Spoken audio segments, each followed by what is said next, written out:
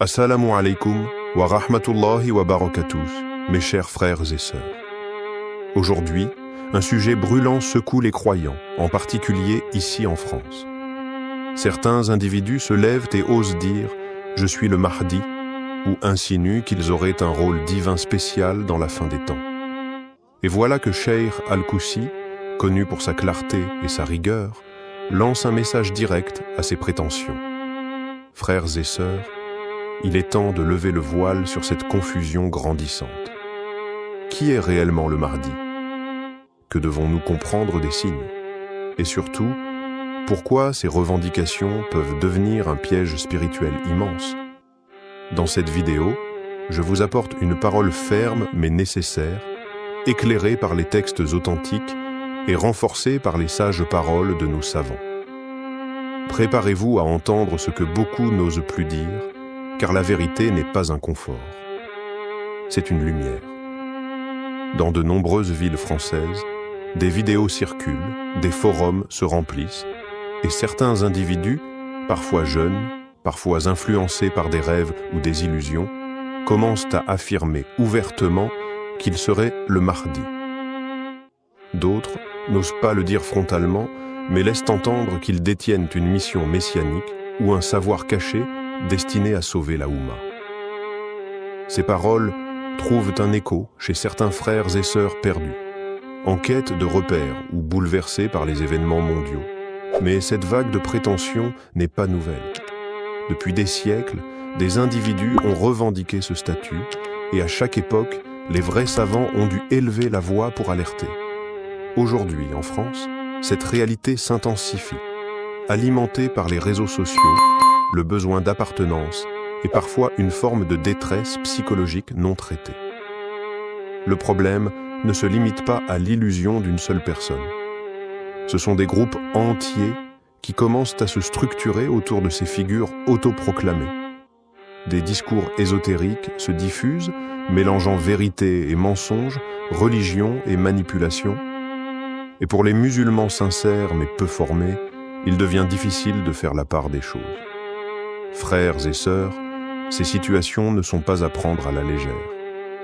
Car derrière cette multiplication de Mahdi autoproclamés se cache une épreuve de taille, celle de la fitna, de la division et de la déviation.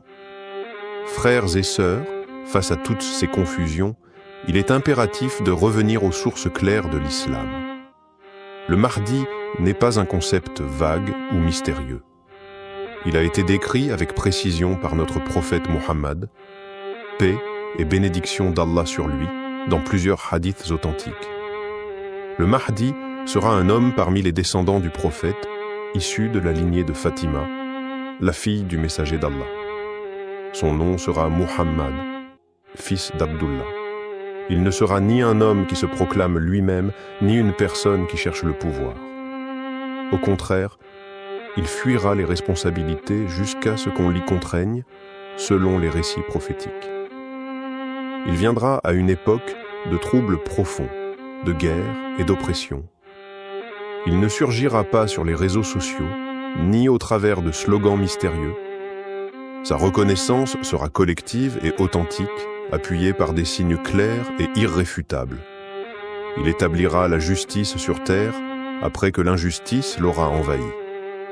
Il ne se distinguera pas par ses propres paroles, mais par la force d'Allah et le soutien que lui accorderont les vrais croyants. Il n'aura pas besoin de prouver son rôle, car les événements divins le confirmeront. Il est donc impensable de voir un homme sans aucune science, sans ascendance claire, sans signe prophétique visible, se lever dans une ville de France ou d'ailleurs et dire « c'est moi ». Cela va à l'encontre de tout ce qu'ont transmis les compagnons, les savants et les générations successives. Le Mahdi n'aura rien d'un charlatan ou d'un opportuniste. Il sera un serviteur humble, un chef guidé, reconnu par les pieux et soutenu par le décret d'Allah, non par ses propres affirmations. Le Cheikh Al-Koussi, connu pour sa franchise et son engagement envers la vérité, a récemment pris la parole avec une fermeté remarquable. Face à la multiplication de discours ésotériques et de prétentions autour du Mahdi, il a lancé un message direct, sans ambiguïté. le Mahdi n'est pas toi. Cette phrase, courte mais puissante, s'adresse à tous ceux qui, de près ou de loin, nourrissent montreux l'idée qu'il pourrait être ce personnage attendu. Ce message est aussi une piqûre de rappel à toute la communauté. Le Mahdi n'est pas un rôle que l'on s'attribue. C'est un décret divin, une mission lourde confiée par Allah, et non un rêve de grandeur spirituelle ou une fuite des responsabilités humaines. Le Cheikh a mis en garde contre ces prétentions dangereuses qui, sous des apparences de piété ou de révélation personnelle, conduisent à la division, à l'orgueil spirituel, voire à la perte totale. Il a rappelé que les signes de la fin des temps doivent être pris avec sérieux, prudence et humilité. Ce n'est pas un jeu d'interprétation personnelle, ni une compétition entre celui qui aurait reçu un rêve, une vision ou une intuition particulière. C'est un sujet grave, transmis par la prophétie, encadré par la science et réservé à l'invisible que seul Allah maîtrise.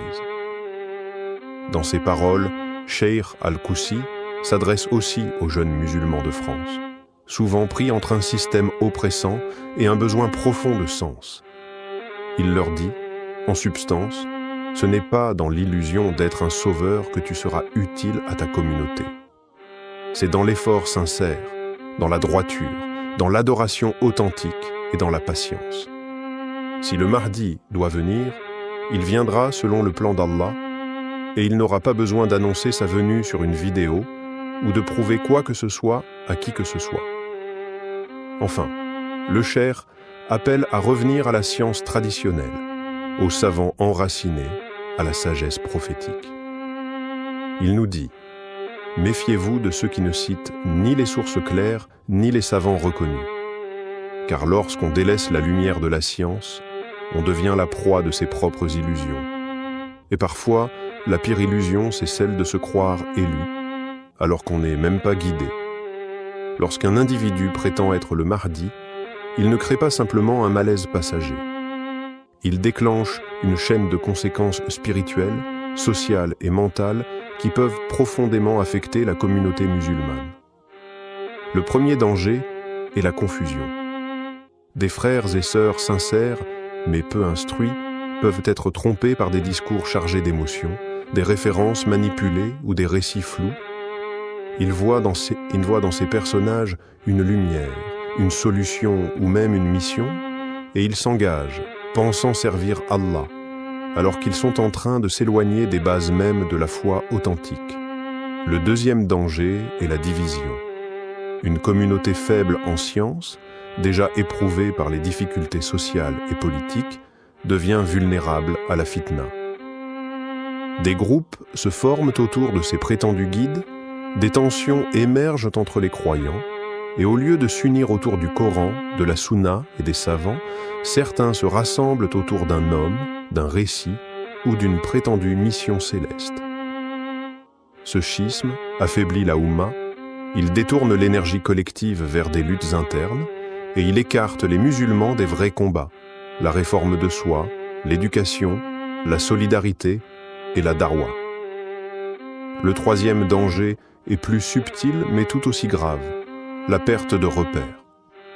Lorsqu'on voit des gens se proclamer Mahdi et qu'aucun savant ne valide leurs propos, cela crée une perte de confiance dans la structure spirituelle de l'islam.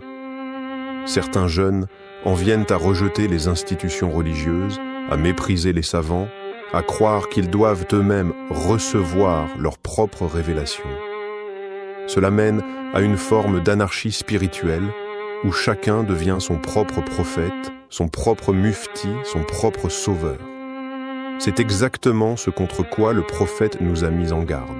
Des temps de confusion où le menteur sera cru et où le véridique sera accusé. Frères et sœurs, ne laissons pas les illusions d'un homme diviser ce qu'Allah a ordonné d'unir. Le vrai Mahdi ne semera jamais la fitna. Il sera unificateur, humble et guidé par la lumière divine, pas par l'ego.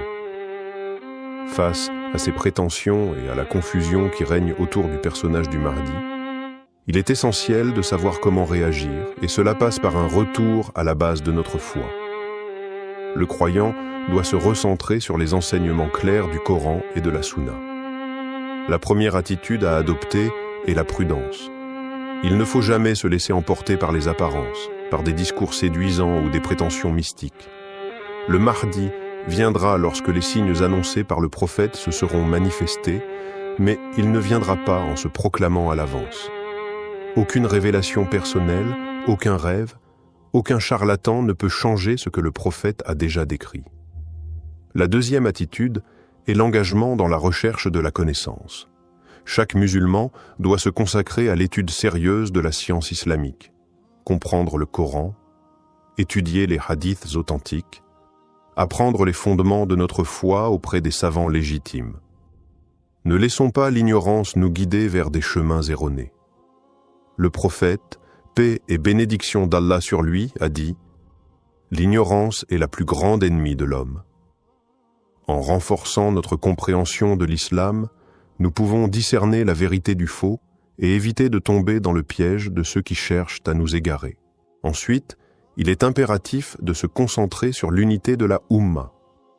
Les divisions créées par ces fausses annonces ne doivent pas nous faire oublier notre véritable mission, l'adoration d'Allah, la propagation de la vérité et l'aide aux autres. Nous devons rester unis dans notre amour pour le prophète et dans notre foi en la justice divine. Le Mahdi viendra dans un moment où les musulmans auront besoin de se rassembler, pas de se diviser davantage. Il est donc crucial de bâtir une communauté forte fondée sur la science, la compréhension mutuelle et la solidarité. Enfin, soyons conscients que l'attente du Mahdi ne doit pas nous rendre passifs. Si certains se concentrent sur des fausses proclamations, le croyant averti ne doit pas se détourner de l'action. Nous devons continuer à œuvrer pour la justice, lutter contre l'injustice, renforcer notre foi et préparer nos cœurs à la venue de ce jour béni.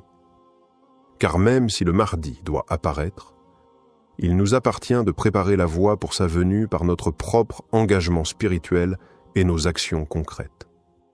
Frères et sœurs, à travers tout ce que nous avons abordé aujourd'hui, il est clair que la question du Mahdi n'est pas à prendre à la légère. Comme l'a souligné Cheikh Al-Koussi, le Mahdi viendra, mais il n'est pas celui que certains prétendent être. Nous devons être vigilants face à ceux qui cherchent à semer la confusion et à tromper les musulmans en prétendant détenir la vérité sur la fin des temps. Mais il est aussi essentiel de se rappeler que la véritable préparation ne réside pas dans la spéculation ou l'illusion, mais dans une vie d'adoration sincère et de respect des enseignements authentiques de l'islam. Notre foi en Allah et notre patience sont des clés essentielles pour surmonter les épreuves qui précéderont l'apparition du Mahdi. Ces épreuves ne sont pas une raison de nous détourner de notre engagement spirituel, mais au contraire, un moyen de renforcer notre foi et notre résilience. Nous devons rester ancrés dans la vérité, chercher la science, prier avec dévotion et être prêts à accueillir la venue de notre bien-aimé Mahdi lorsque le moment sera venu selon le plan parfait d'Allah. Rappelons-nous également qu'Allah, dans sa sagesse infinie, connaît le meilleur moment pour faire apparaître le Mahdi. Ce n'est pas à nous de prédire, mais à nous de nous préparer. Préparer notre cœur, renforcer notre piété et purifier nos intentions, que nos actions quotidiennes reflètent les enseignements du prophète, que nous vivions dans la sincérité, l'humilité et la patience, et que nous ne nous laissions pas détourner par des illusions. Frères et sœurs, l'important n'est pas de chercher à savoir quand le Mahdi viendra, mais de savoir comment nous vivons en attendant ce jour. Préparons-nous en renforçant nos liens avec Allah, en étant des exemples de bonté et de justice, et en nous unissant dans la quête de la vérité. Le Mahdi sera un leader divinement guidé, mais il viendra pour unifier, non pour diviser. Soyons unis dans notre foi et notre espoir en la miséricorde d'Allah. Qu'Allah nous protège de l'égarement et nous accorde la sagesse et la patience pour naviguer dans les épreuves de ces temps. Qu'il nous guide vers la vérité, qu'il nous accorde de voir les signes clairement et de rester fermes dans notre foi. Assalamu alaykum wa rahmatullahi wa barakatuh.